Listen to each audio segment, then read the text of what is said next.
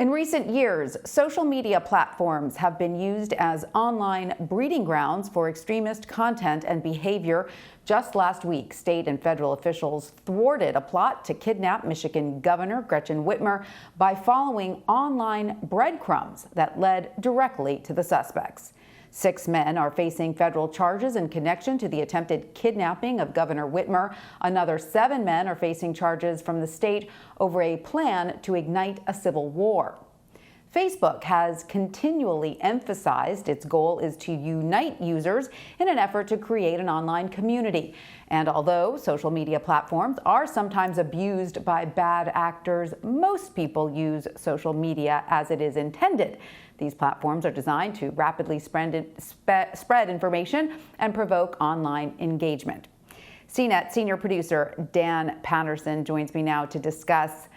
Hi, Dan. Great to see you. So, although we're still learning details about this particular incident, we do know the suspects were tracked online by law enforcement. So, historically, do these social media platforms work well with law enforcement in preventing these types of attacks from happening? Yeah, in this case, according to reporting by Bloomberg and a number of other outlets, Facebook says that they reached out to the FBI almost 6 months ago with information about this organization. We also know that Facebook has and other social platforms have been adapting their policies about the types of behavior and speech that they allow on the platform. And we know that in August, they made some updates that prohibited violence or threats of violence. So, Tanya, one of the most interesting things, we say this over and over, but one of the most interesting things here is that there really wasn't a hack or a subversive use of Facebook or other social platforms.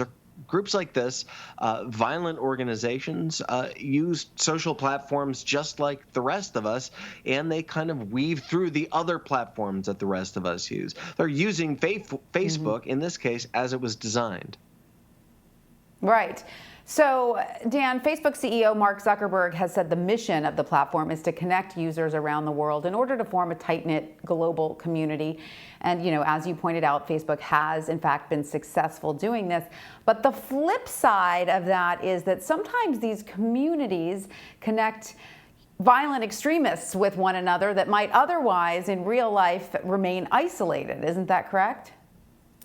Yeah, so that's one of the interesting amplifying powers of social media. Again, they're using platforms as they were designed. And in this case, one trend that we've seen, not just at Facebook, but in social media in general, is the formation of groups. These are private, interest-based discussion topics. So where you might still log into a social media site and see that primary news feed, especially in Facebook, they've been siphoning for years. They've been kind of pushing people over into these private encrypted groups where certain types of disinformation can leak in, or extreme ideas can kind of ferment out of the gaze of more mainstream observers. And so we kind of see algorithms foster or skew towards engagement, meaning the more likes, comments, and shares a piece of content has, the higher rated it is by an algorithm. And so when you have kind of angry ideas in these private groups,